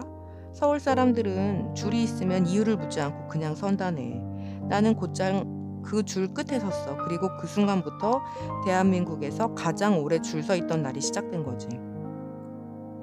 줄은 광화문을 넘어 시청 앞까지 이어졌어. 사람들은 피곤해하면서도 이상하게 웃고 있었다네. 언제 끝나는 거지? 몰라. 그래도 앞 사람이 서 있으니까 나도 선다니까. 줄은 서울역까지, 남대문 시장까지, 한강 다리 위까지, 그리고 인천항까지 이어졌다네. 심지어 배를 타고 제주도까지 내려가 버렸지. 줄을 서다 보니 작은 사회가 만들어졌어. 앞사람과 뒷사람이 서로 도시락을 나눠 먹고, 누군가는 줄선 지 100일 기념일이라며 케이크를 잘랐어. 기업들은 줄 옆에 광고판을 세우고, 정치인들은 연설을 했지. 이 줄은 공정한 줄입니다. 모두가 같은 속도로 앞으로 나아갑니다. 그러자 사람들은 박수를 쳤어. 앞으로 한 발짝도 안 나가면서도 말이야. 나는 그 속에서 오히려 여유를 느꼈다네. 남들은 답답해했지만 나는 줄을 연구했어. 줄은 인간의 인내심을 실험하는 실험실이었고, 사회가 요구하는 순서의 종교를 가장 잘 보여주는 신전이었지. 어떤 청년이 내게 물었어. 남장님, 줄을 건너뛰면 편하지 않습니까? 나는 시니컬하게 대답했지. 편한 거 맞지만 그 순간 사람들의 믿음이 무너지네. 서울 사람들은 줄이 무너지면 나라가 무너진다고 생각하거든. 수십 일, 수백 일을 줄에 서도 줄은 끝나지 않았다네. 그러다 드디어 내가 줄의 맨 앞에 도착했지. 기대감에 가슴이 뛰었다네. 드디어 뭔가 받을 수 있겠구나. 그런데 맨 앞에는 아무것도 없었어. 간판도 상품도 문도 없었지. 그저 작은 팻말 하나가 있었다네. 줄에 서주셔서 감사합니다. 뒤에 있던 사람들은 멍해졌어. 이게 뭐야? 아무것도 없다고? 나는 그 순간 크게 웃으며 외쳤어. 봐라, 이것이 줄의 본질이네. 줄은 보상을 위한 게 아니라 기다림 자체가 상품이라네. 사람들은 어처구니 없어 했지만 곧 웃음을 터뜨렸어. 맞네. 우리가 줄 선 이유도 사실은 딱히 없었잖아? 줄이 해체되자 모두가 자유를 얻은 듯 환호했어. 나는 청중에게 이렇게 말했네. 서울에서 가장 긴 줄의 끝에는 아무것도 없다네. 그러나 그 허무가 우리를 웃게 만들지. 줄은 결국 허풍 같은 거야. 믿는 순간 존재하고 믿지 않는 순간 사라지지. 그리고 나는 손을 털며 말했어. 다음 이야기는 훨씬 더 기괴하다네.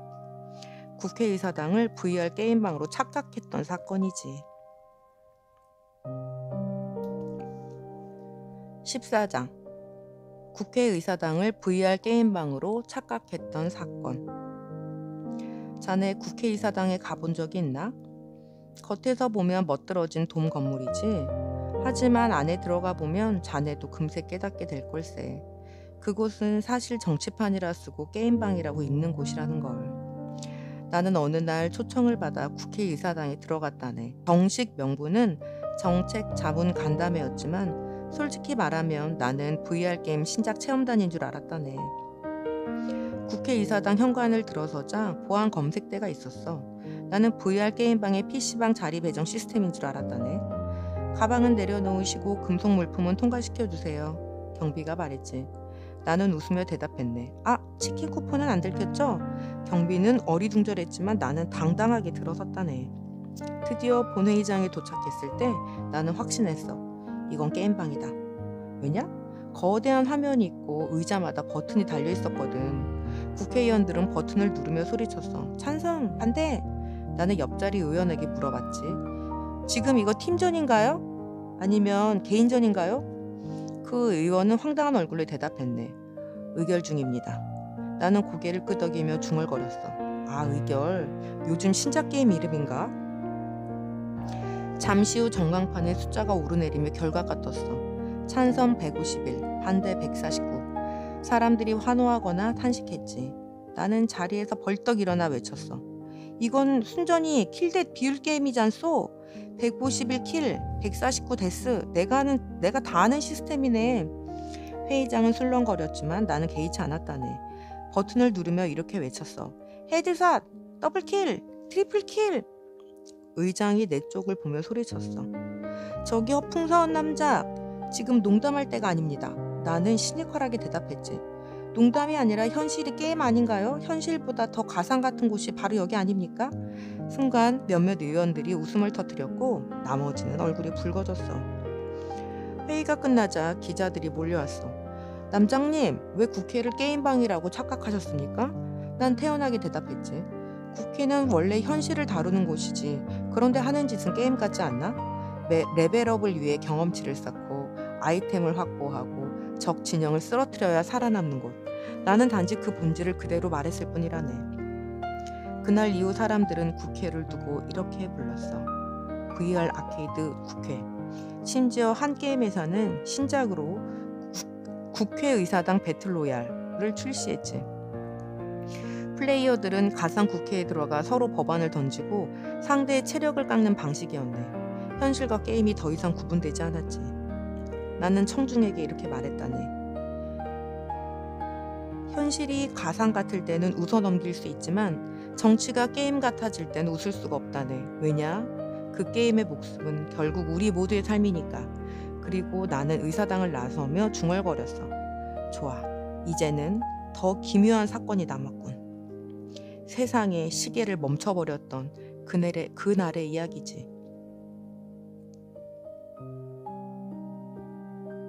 15장. 세상의 시계를 멈춰버린 사건. 자네, 한국 사람들을 정의하는 단어를 뽑으라면 뭐라 하겠나? 나는 단연코 빨리빨리라고 답하네. 버스는 빨리 와야 하고, 배달은 빨리 와야 하고, 출세도 빨리 해야 한다지. 심지어 커피도 빨리 내려야 한다네. 세상에서 가장 긴 줄과 가장 짧은 인내심이 한 나라에 공존한다니 얼마나 기묘한가? 나는 그 모습을 보며 늘 생각했어. 이 나라에 진짜 필요한 건 더 빠른 속도가 아니라 잠깐 멈춤이 아닐까? 그래서 나는 결심했어. 세상의 시계를 멈춰버리자. 나는 남대문 골동품 상점에서 낡은 괴종시계를 하나 샀어. 점원은 말했어. 이거 고장난 거예요. 태엽을 아무리 감아도 안 움직여요. 나는 미소 지으며 대답했지. 좋아, 움직이지 않는 게 필요했거든. 그 괴종시계를 들고 서울광장 한복판에 섰어. 자정이 되자 나는 태엽을 반대로 감았다네. 틱, 탁, 틱. 순간 모든 시계가 멈춰버렸어. 휴대폰, 신호등, 방송국 시계까지 서울 전체가 정지된 듯 고요해졌네. 놀라운 장면이 펼쳐졌어. 지하철은 멈춘 채 사람들은 그대로 얼어붙었지. 횡단보도 위에서 발을 내디딘 여학생은 공중에 떠 있었고 컵라면에 물을 붓던 청년은 김이 반쯤 난 채 정지했네. 세상은 고요했지만 나는 움직일 수 있었어. 왜냐고? 허풍선 남작은 늘 현실 바깥에서 사는 자니까. 나는 천천히 걸으며 사람들을 관찰했어. 누군가는 달리며 울고 있었고 누군가는 웃으며 하품을 하고 있었고 누군가는 돈을 세며 인상을 쓰고 있었어. 멈춘 세상은 마치 단체 사진 속 표정들 같았다네. 나는 멈춘 신호등 앞에서 자동차를 밀어보았어. 차는 움직이지 않더군. 대신 운전자의 눈물이 굳어 있었어. 나는 중얼거렸어. 이 눈물은 아마 지각 때문이었겠지. 그런데 시간이 멈추니 지각도 멈췄네. 결국 사람을 괴롭히는 건 일이 아니라 시계 아닌가? 도시를 돌아다니며 깨달았어. 모든 고통의 70%는 시계가 만든 것이었다네. 늦어서 혼나고 빠르지 못해 낙오되고 빨리 가지 않으면 실패한 듯 취급을 받는 세상. 시계가 멈추니 고통도 멈췄어. 그러나 동시에 기쁨도 멈춰버렸다네. 아이의 웃음도, 연인의 미소, 뜨거운 커피 향기. 시간이 흘러야 꽃도 피고 노래도 울리고 사람도 변치 않겠나? 나는 그제야 깨달았지.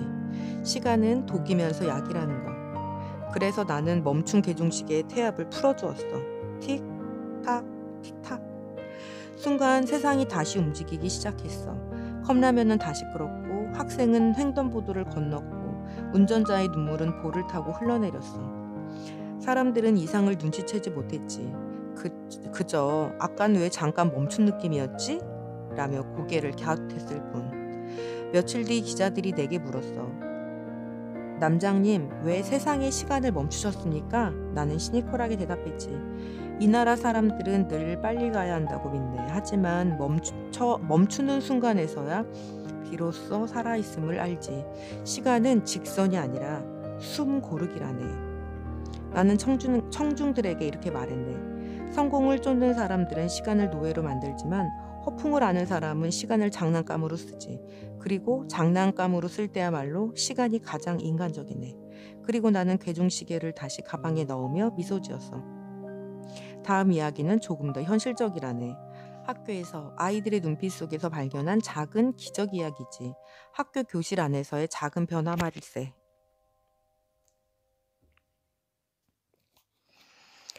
16장. 교실 안에서의 작은 변화. 자네, 세상을 바꾸는 게 뭔지 아나?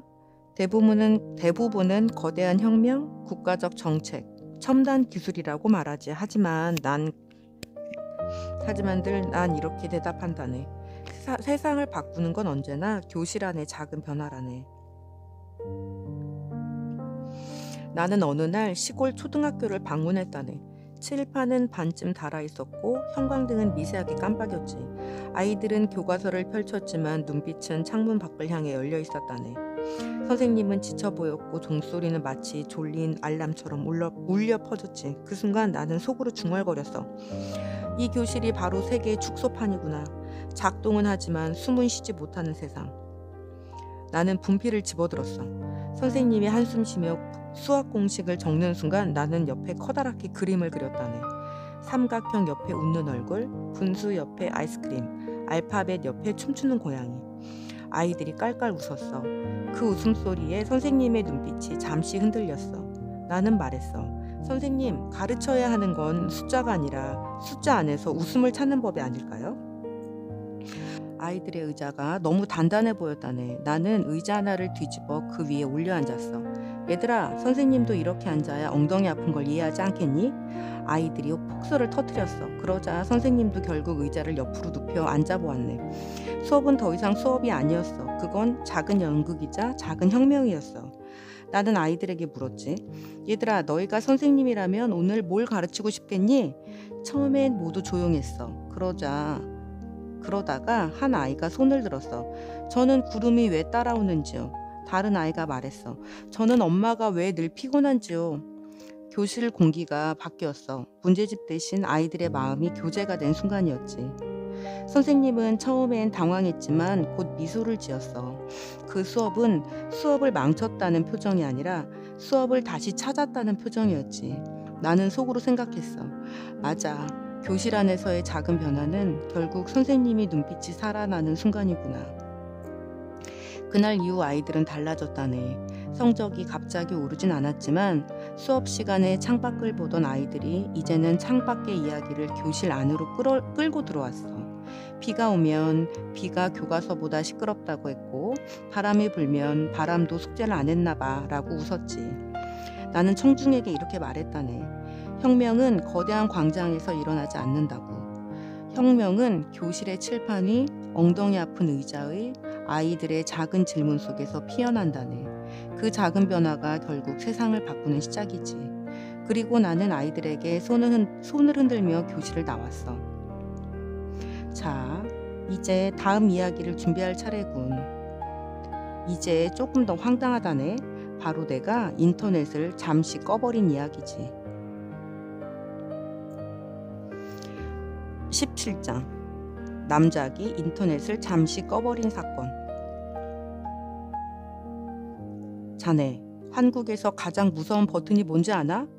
핵 버튼도 아니고 대통령 집무실 비상 버튼도 아니라네. 가장 무서운 건 바로 와이파이 공유기의 전원 버튼이지. 나는 어느 날 그 사실을 증명하기로 했다네. 좋아, 오늘은 인터넷을 잠시 꺼보자. 세상이 어떻게 반응하는지 직접 보자고. 나는 종로 어딘가 허름한 전파상에서 낡은 공유기를 샀어. 겉보기엔 평범했지만 내가 개조해 둔 건 특별했다네. 남작표 글로벌 전원 스위치. 이걸로 켜고 끄면 대한민국 전체 인터넷이 잠시 멈추는 장치였어. 나는 속으로 중얼거렸지.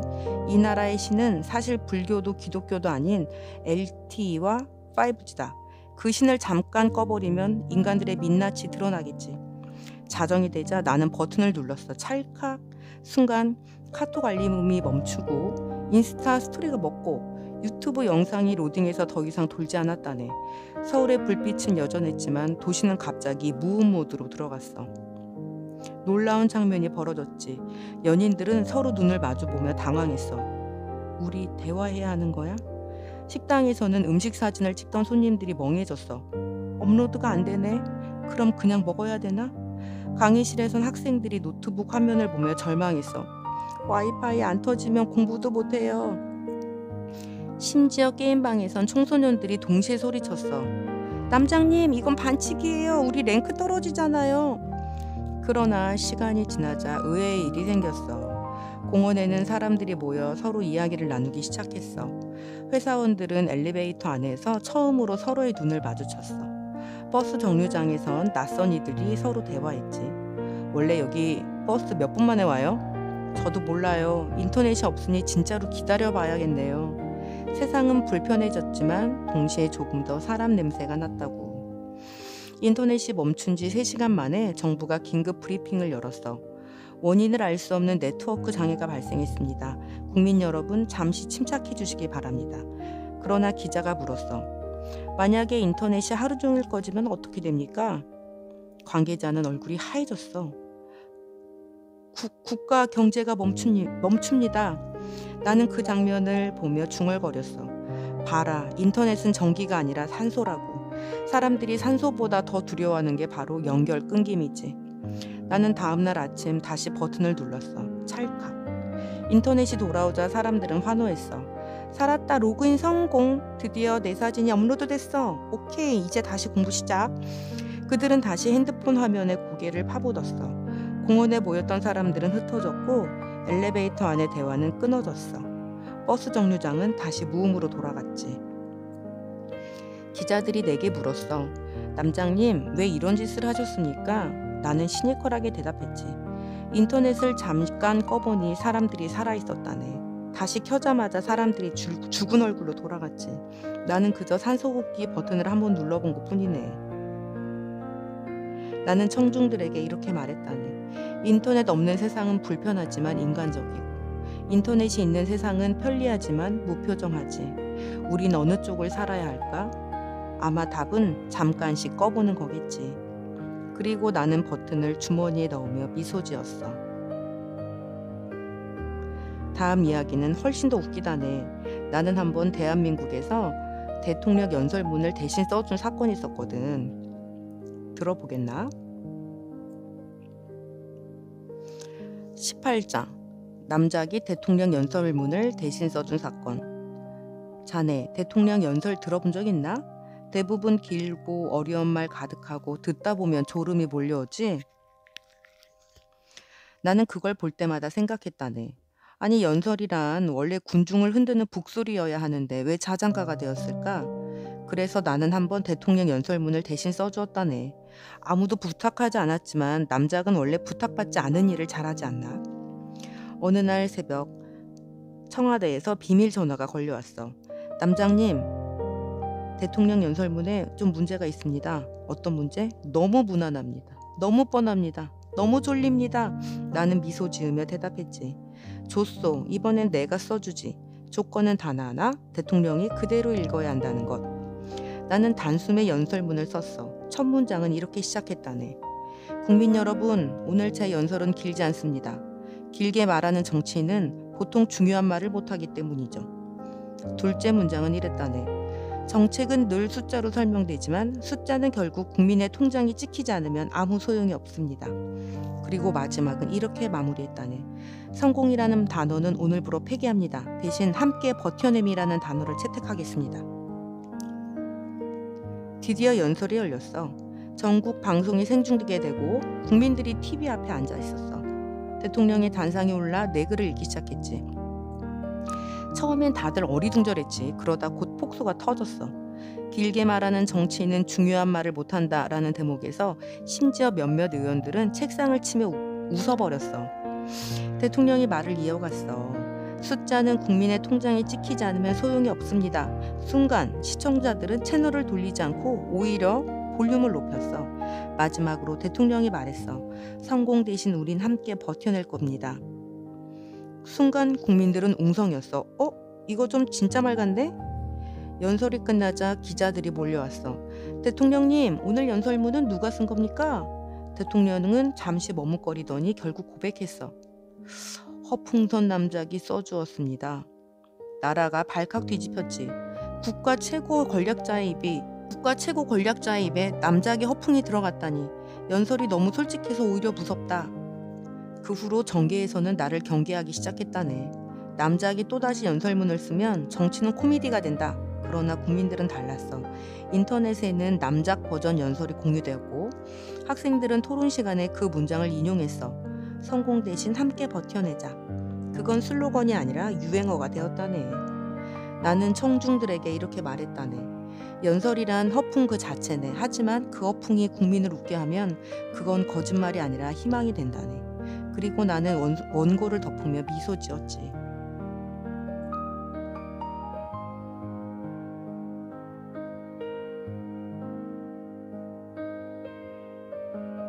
(19장) 꿈속에서 국토 전체를 여행한 사건. 자네 여행 좋아하나? 사람들은 늘 비행기를 타고 기차표를 끊고 여권의 도장을 받아야 여행이라고 생각하지. 그러나 나는 남작 아닌가? 내게는 여행비도 필요 없고 짐도 필요 없다네. 단지 베개 하나와 졸음 한 줌이면 충분하지.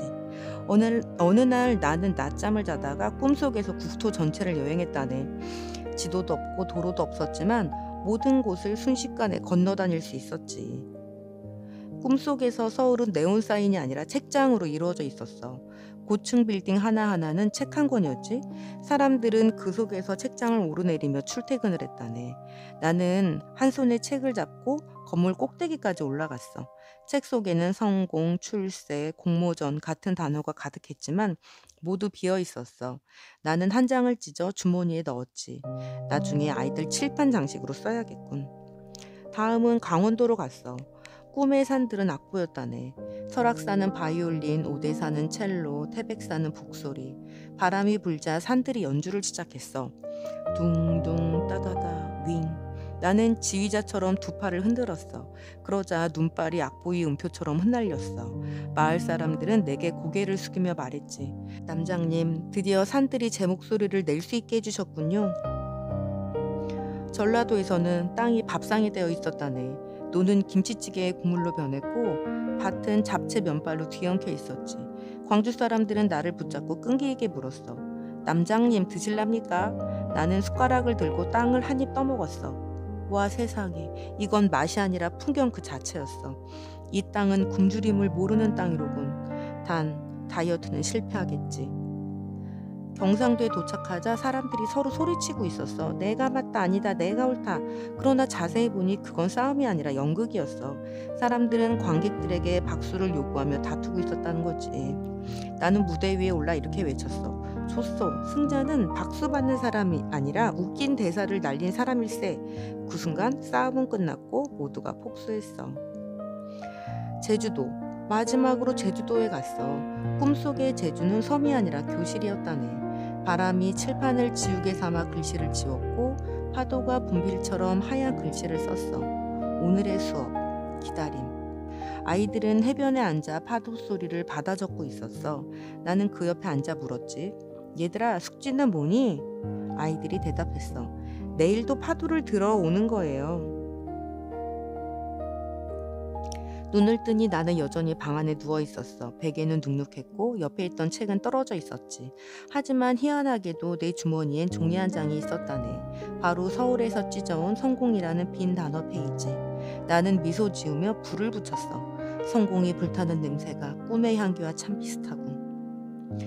나는 청중들에게 이렇게 말했다네. 여행은 비행기를 타고 멀리 가는 게 아니네. 여행은 꿈속에서라도 세상을 다르게 보는 것. 그리고 작은 변화를 발견하는 것. 그게 진짜 여행이라네. 그리고 나는 고개를 끄덕이며 속삭였어. 다음번 이야기는 좀 더 황당하다네. 나는 한번 사람들의 기억을 몽땅 바꿔버린 사건을 일으킨 적이 있었지.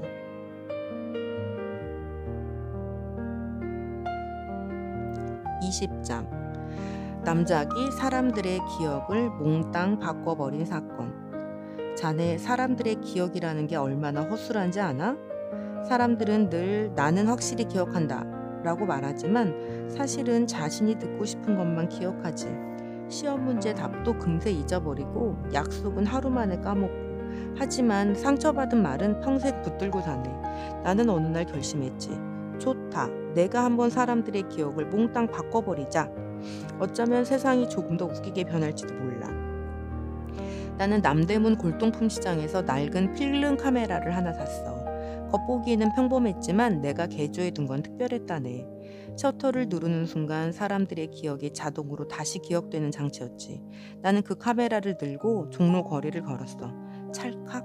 순간 지나가던 시민들의 얼굴이 멍해졌어. 그리고는 모두 이렇게 말했다. 아, 그렇지. 우리나라 대통령은 허풍선 남장님이지. 뉴스 앵커는 당당하게 말했어. 오늘 대통령께서 연설하셨습니다. 남장님은 국민 모두의 희망입니다. 교과서에는 이렇게 쓰여 있었어. 대한민국 초대 대통령 허풍선 남장. 사람들이 시험 문제를 풀다가 고개를 들고 물었어.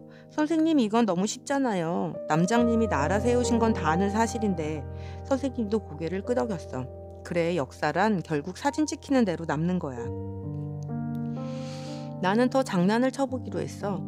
길에서 연인을 찍자 남자가 말했어. 당신이 나에게 처음 고백했잖아. 여자는 황당해하며 반박했지. 뭐라고? 네가 무릎 꿇고 울면서 매달렸잖아. 그러자 두 사람은 동시에 나를 바라봤어. 남장님, 뭐가 맞습니까? 나는 시니컬하게 웃으며 대답했지. 둘 다 맞아. 기억은 늘 두 사람 몫이니까. 카메라가 몇 번 더 셔터를 누르자 사회 전체가 뒤집혔어. 모든 국민이 동시에 말했어.